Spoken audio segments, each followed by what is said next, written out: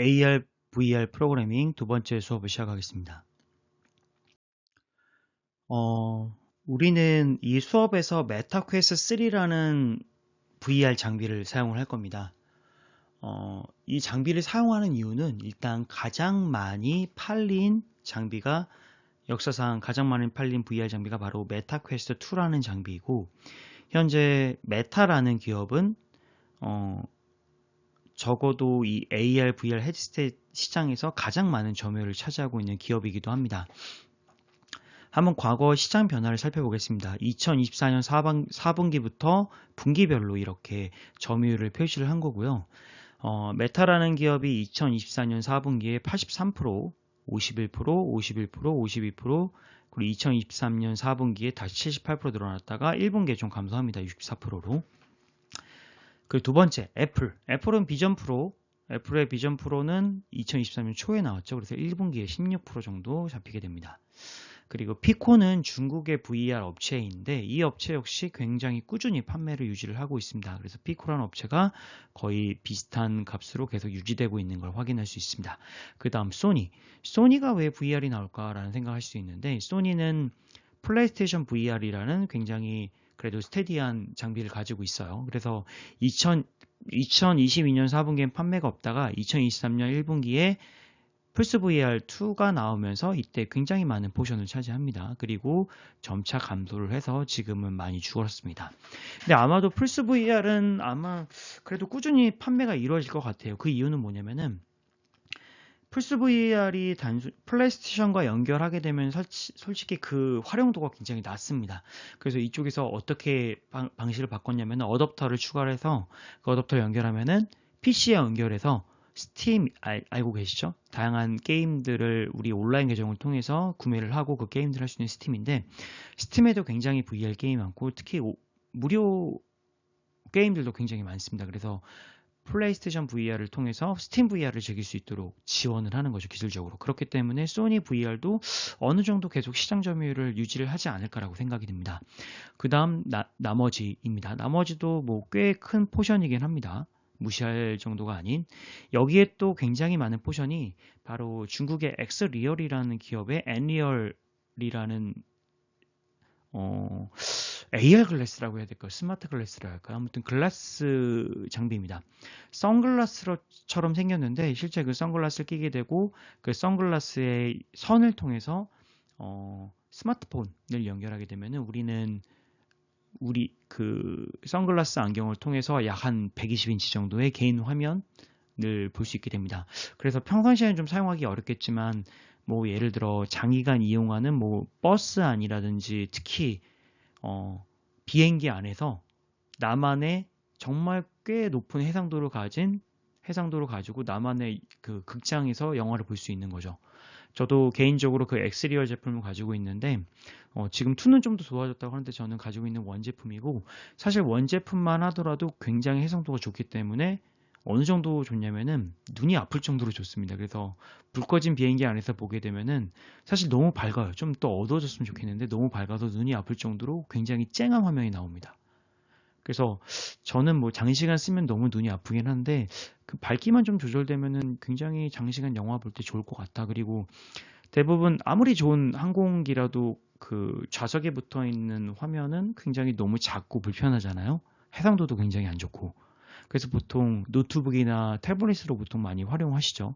근데 그게 아니라 그 안경만 있으면은 굳이 그 좁은 데다가 노트북 올려놓고 태블릿 어떻게 끼워놓고 거치대 달 필요 없이 그냥 그 안경만 끼고 우리는 나만의, 아무도 못 보는 나만의 자유로운 영상을 활용할 수 있습니다. 그리고 이어폰도 연결되니까 이어폰으로 소리도 차단할 수 있고 굉장히 좋습니다. 그래서 그 제품이 좋다고 말씀드린 게 아니라 아직까지 AR, VR 장비들이 우리나라에서 많이 활용되고 있지 않는 것이 사실이지만 써본 사람들은 또 그것만의 매력을 알고 있어서 자주는 아니지만 그래도 종종 찾게 되는 그런 또 특징이 있긴 합니다. 일단 이것만 보자면은 메타라는 기업의 점유율이 압도적이구나. 그리고 소니가 플스 VR2 때문에 약간 올라왔지만 다시 또 메타가 다시 점유율을 크고 있고, 2024년 1분기에 애플이 점유율을 차지했지만 실제로는 애플 비전 프로는 최초 판매는 괜찮았는데 올해 판매를 70만 대 예상했다가 30만 대를 줄였다가 현재까지 한 15만 대 정도 나간 것 같아요. 15만 대가 안 될 수도 있고요. 정확한 수치는 모르겠습니다. 네, 기사를 종합하면 13만 대에서 15만 대 정도 팔린 걸로 예측이 됩니다. 그러니까 아마 올해 안에는 30만 대는 거의 불가능할 것 같고, 아마 애플 쪽에서도 그걸 알고 미리 비전 프로에 관련된 사업이나 생산을 좀 줄이고 좀 저렴한 대중적 기기에 집중을 하고 있는 것 같습니다. 그리고 비전 프로의 실패를 보고 나서도 메타 역시 고가의 VR 기기보다는 저렴한 대중화된 VR 기기 생산과 개발에 집중을 하는 것이 보입니다. 실제로 메타도 비전 프로 같이 좀 고성능 기기를 만들려고 했는데 그 사업을 포기했다고 뉴스가 전해지고 있습니다. 그래서 현재로서는 여러분들이 VR 개발하고 싶어 혹은 AR 장비 개발하고 싶으면은 일단은 메타퀘스트 3 혹은 금방 출시될 메타퀘스트 3S를 구매를 해서 관련된 콘텐츠를 개발하는 것이 실질적으로 도움이 될 거고 더 활용도가 높을 거라는 생각이 듭니다. 네, 메타퀘스트 3 정말 대단한 제품입니다. 2023년 10월에 출시되었고 3개월 만에 100만 대를 판매를 돌파했습니다. 이렇게 짧은 기간에 100만 대를 돌파한 제품이 있는지 모르겠어요. 플스 VR 같은 경우도 3개월 만에 수십만 대 이상 판매하긴 했습니다. 근데 반짝하고 좀 줄긴 했습니다. 얘도 마찬가지긴 하지만 현재 교육 이벤트용으로 가장 많이 선택되는 VR 기기는 바로 메타 퀘스트 2 전작 기기입니다. 왜냐면은 퀘스트 3는 국내에서 한 60만 원 후반대 그리고 퀘스트 2의 경우는 30만 원대로 구매가 가능하거든요. 그래서 대부분 이벤트 업체나 뭐 이런 그런 데서는 보통 여러 장비를 보유해야 되기 때문에 보통 아직까지는 퀘스트 2를 더 선호하고 있고 아마도 퀘스트 3S가 출시됨에 따라서 퀘스트 3S를 아마 그 퀘스트 2 대체제로 사용하고 있지 않을까 생각이 듭니다. 그리고 여러분들이 만약에 AR, VR 콘텐츠를 만든다고 한다면은 실제 VR 콘텐츠라고 분류되는 시장은 거의 3곳밖에 남지 않았습니다. 애플의 시장이 있겠지만 애플 비전 프로를 위해서 개발하는 사람은 극히 드물고 왜냐면은 사용자가 10만 명 정도도 안 되잖아요. 근데 메타퀘스트 같은 경우 사용자가 한 3천만 명 정도 된다고 합니다. 3천만 명. 굉장히 많죠. 그래서 보통은 메타퀘스트 2천만 명 정도라고 합니다. 그래서 메타퀘스트 기반으로 개발하는 것이 맞고요. 그래서 메타 애플 스토어가 제일 시장이 크지 않나 싶습니다. 그리고 그 다음은 우리가 다양한 게임, 전 세계에서 가장 큰 게임 시장을 갖고 있는 스팀 VR. 스팀 VR도 굉장히 괜찮은 고퀄리티 PC 기반의 게임들이 올라오기 때문에 그 시장도 좋고 그리고 소니 플스 VR도 여전히 큰 시장이긴 합니다. 메타퀘스트 어플리케이션 다운로드가 있습니다. 지금 뭐 메타퀘스트 이름이 종종 바뀌어 있는데 현재는 메타 호라이즌이라는 어플로 되어 있습니다. 참고로 이 어플리케이션은 메타퀘스트를 여러분이 구매를 하게 되면은 무조건 스마트폰에 메타 호라이즌 어플을 설치하고 그것과 계정 연동을 해야지 메타퀘스트를 사용할 수 있습니다. 그래서 무슨 말이에요? 메타퀘스트를 사면은 가장 먼저 하는 거는 메타 호라이즌 어플을 설치하고 다운로드 받는 거겠죠. 그 다운로드 수치입니다.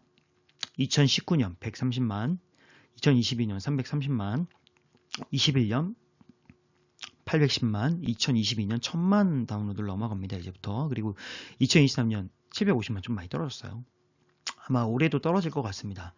이거는 뭐 AR, VR의 쇠라기보다는 이때 코로나가 있었죠. 그래서 좀 늘어난 것도 있고 그리고 사실 코로나 시기에 우리는 굉장히 많은 소비적 성향을 보였었어요. 근데 2023년부터는 약간 이 소비 성향이 굉장히 감소되기 시작하죠. 특히 우리나라 같은 경우는 경기가 많이 다운되었기 때문에 그래서 그러한 영향도 있지 않을까. 우리나라만 얘기는 아니긴 합니다. 그리고 재밌는 거는 다운로드 수가 폭증하는 시기가 바로 크리스마스 때입니다. 왜 크리스마스 때일까요? 되게 재밌어요. 크리스마스 때 폭증한 이유. 그것은 바로 제가 기억하기로는 2021년부터 10대가 가장 받고 싶어하는 선물 1위가 바로 메타 퀘스트 2 혹은 3였기 때문입니다. 그래서 이때 폭증한 겁니다. 재밌죠? 그리고 2021년, 2022년은 제 기억이 맞다면은 iOS에서 그러니까 앱스토어에서 가장 많이 다운로드된 크리스마스 어플리케이션은 바로 메타 퀘스트 어플이라고 합니다. 그래서 메타 퀘스트는 이미 우리나라에서는 아직 대중화되진 않았지만 미국에서는 그냥 소니의 플레이스테이션 그리고 엑스박스, MS 엑스박스 아니면 닌텐도의 스위치처럼 그냥 하나의 게임 장비로서, 콘솔 게임 장비로서 10대들이 이미 많이 환호하고 좋아하고 있다라는 것을 보여주고 있습니다. 그럼 메타퀘스트에서 실제 판매된 어떤 타이틀들이 뭐가 있을까? 보면은 비트 세이버 압도적이죠. 1위입니다. 네, 이거 단위가 어떻게 되죠? 100만, 1000만, 억. 1억 달러니까 1,500억 원 정도, 1,500억, 한 1,700, 800억 정도의 매출을 보여주고 있죠. 굉장히 큰 수치라고 볼 수 있습니다. 그 다음, 워킹 데드, 본랩, 브레이드 소서리스, 슈퍼 VR, 슈퍼 핫 VR, 이런 것들이 있는데, 이런 것들은 대부분 약간 FPS 관련된 게임, 아니면 어드벤처 게임이라고 볼 수 있고, 여기 룸 VR 같은 경우는 굉장히 유명한 그런 방탈출 게임인데, 여기도 이 다크메러라는 게 있어서 그렇지, 사실 얘는 시리즈가 여러 개 나왔기 때문에 이 매출도 굉장히 높다고 볼 수 있어요. 그래서 제가 알기로는 이 매출만 따지면은, 여기 전체 시리즈 매출 따진다면 아마 탑 3, 탑 1에 들지 않을까. 그것도 굉장히 유명한 게임입니다. 그리고 골프 플러스라는 게임이 있습니다. 현재 이러한 게임들이 유행을 타고 있고, 이 얘기는 뭐예요? 네, 아직까지 VR 장비는 게임 콘솔 게임 시장과 동일하다. 게임 콘솔 기기라고 볼 수 있는 거죠. 실제로 상위 랭크된, 지금 이게 한 8월 말 정도, 2024년 8월 말에 탑셀링 된 제품인데, 비트 세이버는 굉장히 오래되었지만 굉장히 많은 업데이트와 컨텐츠를 통해서 여전히 가장 상위에 위치하고 있고요. 여기에 게임이 아닌 거는 사실 요 버추얼 데스크탑 하나라고 볼 수 있습니다. 얘는 기본적으로 메타퀘스트가 PC와 연결하면은 그렇게 성능이 좋지 않아요. 그래서 PC와 연결해서 다양한 컨텐츠, 특히 동영상 같은 거 볼 때 활용 좀 도움이 되겠죠. 그때 사용하는 게 바로 이 버추얼 데스크탑이라는 어플리케이션입니다. 그래서 이 어플리케이션도 굉장히 탑셀러에 계속 유지를 하고 있습니다. 네, 그러면 이 메타퀘스트 3라는 장비와 같이 걸맞게 VR 컨텐츠 혹은 AR 컨텐츠를 개발하기 위해 가장 좋은 게임 개발 엔진은 일단 언리얼도 가능하고 유니티도 가능합니다. 하지만 여러분들에게 그러니까 둘 다를 해보지 않았다면 저는 추천드리는 건 유니티를 추천드립니다. 일단 언리얼과 유니티, 아마 초보자 기준에서는 언리얼은 좀 어렵다라는 생각이 들 수 있고 유니티는 쉽다라는 생각이 들 수 있어요. 하지만 어느 정도의 숙련도가 쌓이면 사실 유니티와 언리얼은 난이도의 차이가 아니라 좀 성향이 다르다는 것을 알 수 있습니다.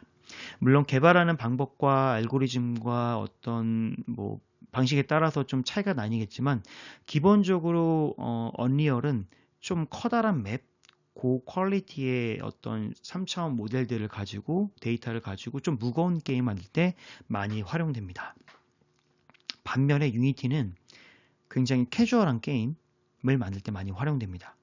그러니까 2D 게임, 3D 게임인데 맵이 작고 굉장히 캐주얼하고, 여러분들 최근 스마트폰 보면은 좀 커다란 MMORPG보다는 보통 캐주얼한 게임들, 특히 슈퍼셀의 이런 다양한 게임들이 많이 활용되잖아요. 그런 게임들이 보통 유니티로 많이 개발되었다고 보시면 됩니다. 그리고 유니티가 더 쉬운 거는, 저는 이렇게 단언드릴 수 있는 게 정말 고숙련자가 아니라면 유니티가 무조건 쉽습니다. 그러니까 유니티가 더 쉽게 만든 게 아니라 왜 쉽냐면은 더 많은 개발자가 존재합니다. 그리고 대부분의 학교와 기업이나 그러니까 어떤 큰 규모 있는 게임을 만들지 않고 그냥 단단한 컨텐츠를 만든다면 모두 거의 대부분 유니티 3D를 사용하고 있어요. 그래서 그 얘기는 유니티 3D와 관련된 자료를 여러분이 찾기 쉽다. 그래서 관련 라이브러리와 개발 라이브러리들을 많이 가지고 있기 때문에 유니티가 여러분들 개발하기엔 접근성이 더 좋다라고 말씀드리겠습니다. 그래서 이 수업에서는 유니티를 활용합니다. 유니티는 먼저 유니티 허브라는 것을 다운로드 받아서 사용하시면 됩니다. 그러니까 유니티라는 것을 바로 다운로드 받는 게 아니라 유니티는 너무 다양한 버전을 제공하고 있기 때문에 유니티 허브를 통해서 다양한 버전의 유니티 에디터들을 관리를 할 수 있습니다. 유니티 허브는 용량이 크지 않아서 금방 다운로드 받습니다. 그 다음 유니티 허브를 시작하게 되면 여기 왼쪽 화면과 같이 뜹니다.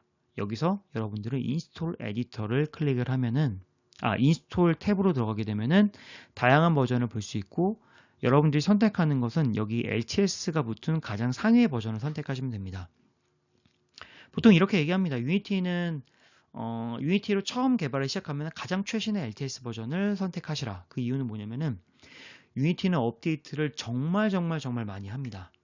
그러니까 제가 이 강의 자료를 준비할 때는 최신 버전이 3.44인데 현재는 3.46 F1 버전이 최신 버전이에요. 굉장히 빠르게 업데이트하고 굉장히 많은 기능들이 정말 순식간에 올라옵니다. 그래서 유니티 에디터를 굉장히 심도 있게 공부하는 것보다는 빠르게 그냥 소비하는 것이 더 좋습니다.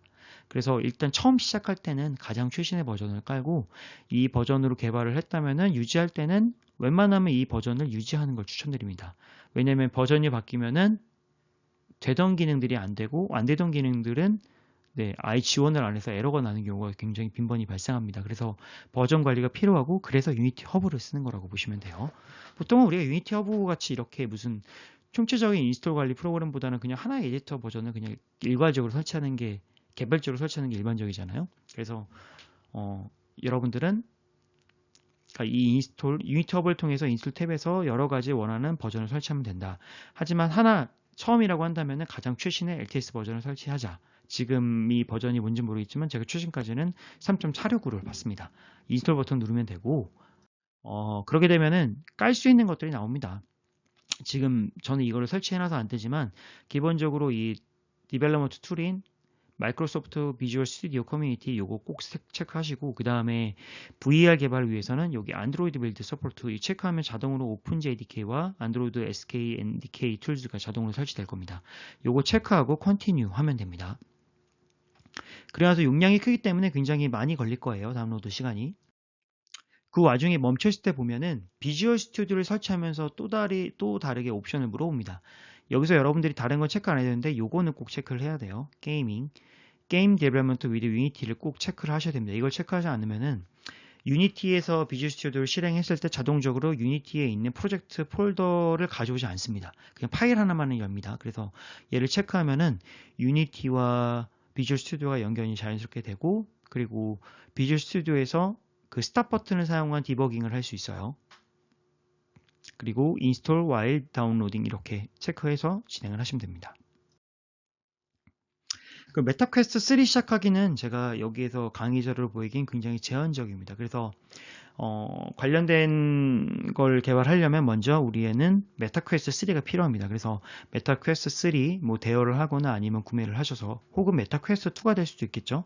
그 장비를 구매해서 여기 이 사이트에 들어가서 실제 시작하는 것과 설치하는 방법을 확인해 보시기 바랍니다. 꼭 메타 호라이즌 앱을 설치해야지만 메타퀘스트 3를 사용할 수 있습니다. 네, 그 다음은 퀘스트 3를 실행해 보면은 처음에 그러니까 다 계정 연결하고 뭐 환경 설정하고 하면은 처음에 사용하시는 어플이 바로 First Encounter가 있습니다. 이 First Encounter를 실행해 보면은 여러분들이 주변 환경, 그러니까 VR을 쓰고 있지만 주변의 환경들이 전부 다 보일 겁니다. 그러니까 이게 바로 그 퀘스트 3의 패스스루라는 기능인데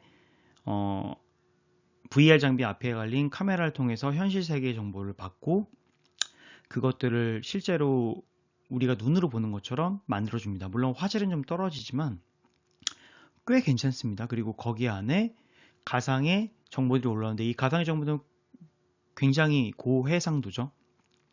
그래서 사실 퀘스트 2보다 3가 더 좋은 이유가 2 같은 경우는 약간 좀 조잡합니다. 그러니까 딱 봐도 해상도가 많이 떨어져요. 근데 퀘스트 3 같은 경우는 180도 영상을 8K로 보게 된다면은 정말 고화질입니다. 그래서 아마 8K 다음에 그러니까 8K 영상 정도 급을 보게 된다면은 그래도 좀 희미하게 보면은 거의 현실처럼 보일 정도로 좀 과장하자면요. 그래서 퀘스트 3부터는 뭔가 더 본격적인 현실 세계 기반의 무언가, 그러니까 AR이라고 할 수 있겠죠. AR 어플리케이션을 본격적으로 좀 만들 수 있는 어떤 기술적, 하드웨어적 환경이 구축되지 않았나라는 생각이 듭니다.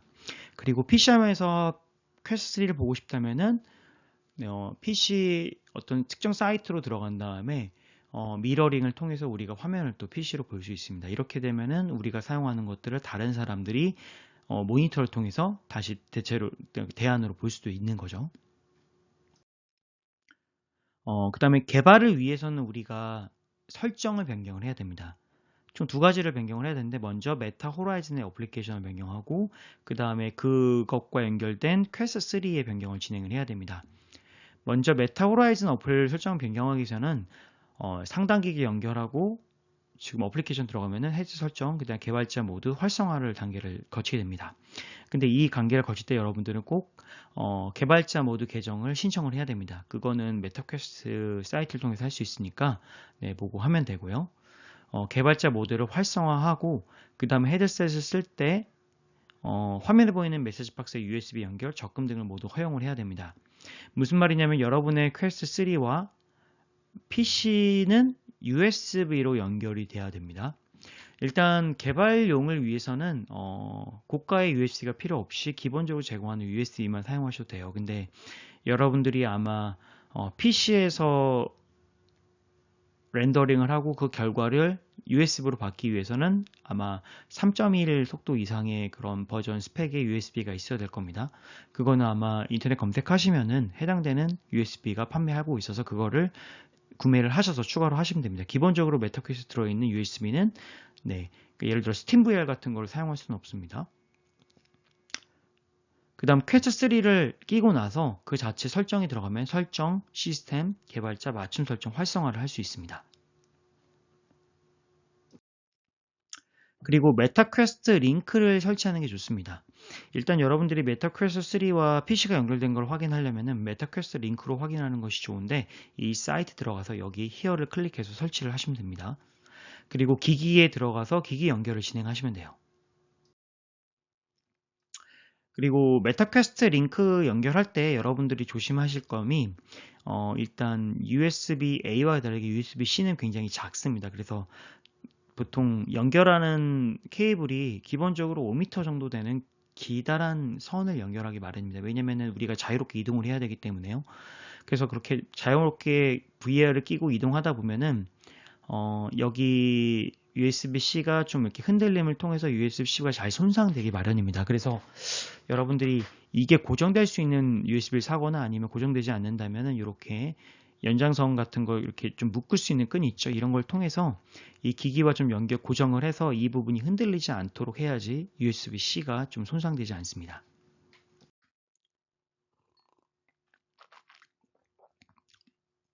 그리고 메타퀘스트 링크에 들어가면은 베타에 들어가면은 이렇게 개발자 런타임, 뭐 링크 패스스루 이런 것들이 있는데 이걸 전부 활성화 시켜 주겠습니다.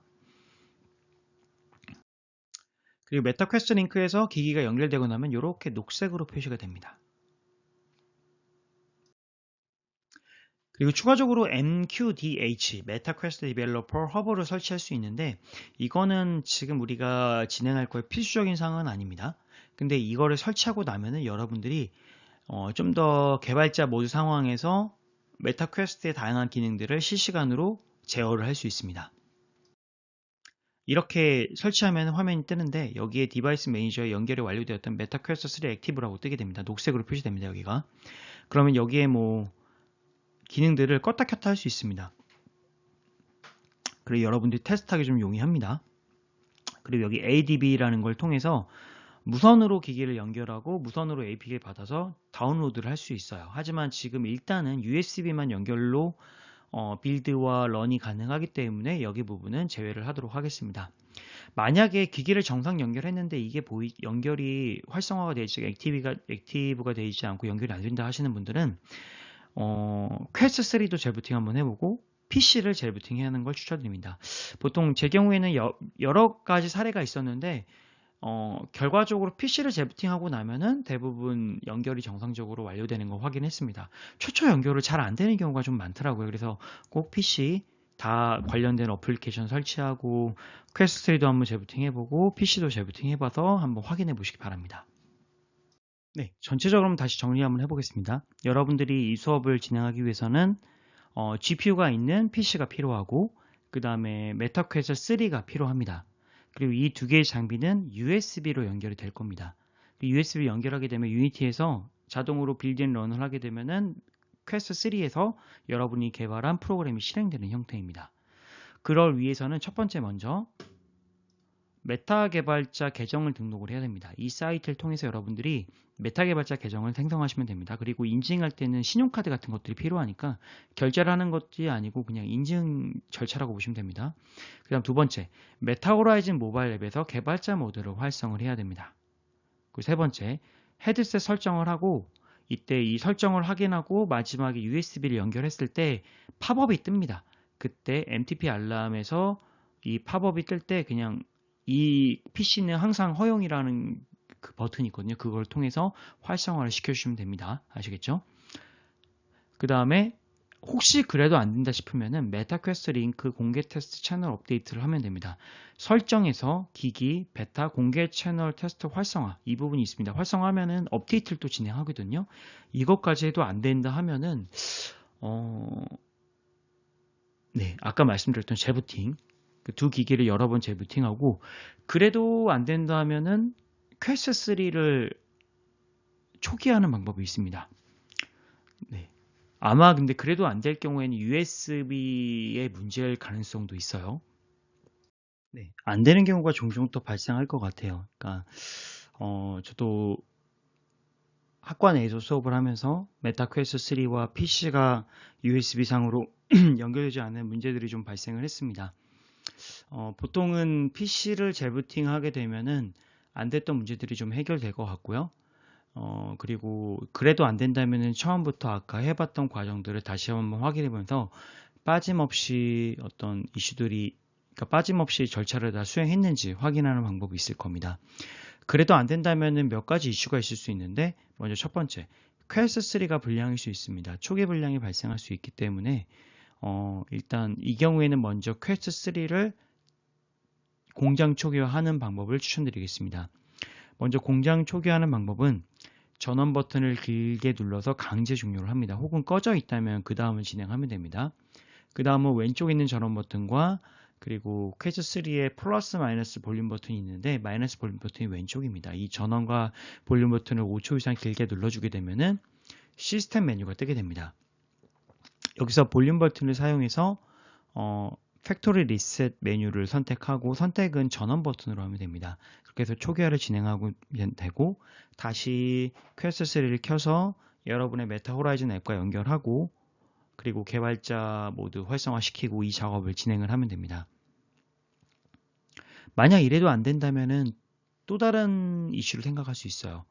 PC의 환경의 이슈일 수도 있고 아니면은 USB의 불량일 수도 있습니다. PC 환경 같은 경우 여러분들이 바로 설치한 거기 때문에 좀 문제점을 찾아보기 좀 어려울 것 같고 USB 케이블의 이슈를 확인하려면 여러분이 USB 케이블을 여러분의 뭐 스마트폰이나 아니면 다른 기기에 연결해서 USB가 정상 녹착하는지 확인해 보시기 바랍니다. 보통 여러분이 예를 들어 PC가 고장났다고 한다면은 보통 어떻게 수리를 하나요? 먼저 화면이 안 나온다 그러면은 모니터의 전원을 확인하거나 아니면은 모니터에 연결된 그 디스플레이 케이블을 확인하거나 아니면 부팅이 안 된다면은 컴퓨터를 열어서 램, CPU, 메인보드, GPU 등등 파워까지 각각 고장난 걸 확인해 보게 됩니다. 결과적으로 문제가 풀리지 않을 때는 정상적인 것들과 정상적이지 않은 것들을 구분하는 작업들이 필요합니다. 퀘스트 3랑 뭐 PC가 여러 대라면 가능하겠지만 현재로서는 뭐 그렇게 되진 않기 때문에 일단 퀘스트 3 한번 연결해보고 안 된다면은 퀘스트 3를 재부팅하고 PC 윈도우를 재부팅하는 방식을 통해서 한번 해보시기 바랍니다. 제가 경험했던 바로는 그 두 가지 경우 그리고 공장 초기화까지 포함하면은 퀘스트 3가 고장난 경우 제외하고는 나머지는 다 해결됐던 것으로 기억하고 있습니다. 그리고 스팀 VR을 사용할 수 있습니다. 퀘스트 3 같은 경우 스탠드얼론 기기입니다. 무슨 말이냐면은 PC나 혹은 스마트폰에 그러니까 스마트폰 계정은 연결하지만 스마트폰과 유선으로 연결하지 않아도 독립적으로 동작할 수 있는 기기라고 보시면 돼요. 근데 스팀 VR을 사용하게 되면은 스팀 VR에서 있는 고 퀄리티의 어떤 컨텐츠들을 활용할 수 있습니다. 기본적으로 메타퀘스트 3 스탠드얼론 어플리케이션들은 컴퓨팅 환경이 좋지 않기 때문에 굉장히 저해상도이거나 아니면은 제한적인 어떤 모델 데이터만을 사용하는 그런 어플리케이션들이 많습니다. 하지만 스팀 VR을 연결하게 되면은 PC에서 렌더링을 하고 퀘스트 3는 오직 그 렌더링의 결과를 연결해서 그냥 화면만 보여주는 기기로 바뀌기 때문에 그러니까 디스플레이 장치로 변경되는 거죠. 그래서 굉장히 좋은 화질, 좋은 게임을 볼 수 있습니다. 대표적으로 VR 게임으로 가장 고퀄리티, 가장 완성도가 높다고 하는 뭐 하프라이프 알릭스 같은 경우도 스팀 VR에 있고요. 그리고 프로퍼게이션 VR이라는 공짜이지만 굉장히 퀄리티가 높은 게임도 있습니다. 저 역시 이 VR 게임을 해봤는데 처음에는 굉장히 무섭습니다. 그러니까 몰입감이 높기 때문에 좀비들이 막 덤비고 제가 총을 쏴서 그들을 제거하는 형태의 게임인데 굉장히 무섭지만 나중에는 무료 게임이기 때문에 굉장히 패턴이 좀 유사하기 때문에 나중에는 그냥 의식적으로 총알 관리하면서 이렇게 게임을 플레이할 수 있습니다. 그거 외에도 제가 링크해 놓은 거 들어가 보시면은 다양한 무료 게임들을 즐길 수 있으니까 여러분들 꼭 스팀 VR도 한번 연결해 봐서 진행해 보시기 바랍니다. 하지만 스팀 VR 연결할 때는 기본 제공된 USB 케이블로는 작동하지는 않습니다. 왜냐면 USB 케이블을 통해서 영상 신호를 송수신할 수 있어야 되기 때문에 보통 여러분들 퀘스트 뭐 USB, 뭐 퀘스트 3 USB 이렇게 치면은 검색되는 것들이 있어요. 기본적으로 그러니까 일정 이상의 속도 USB를 보장하는 그런 케이블이라고 보시면 되는데 그런 거를 구매를 하셔서 사용을 하시면 됩니다.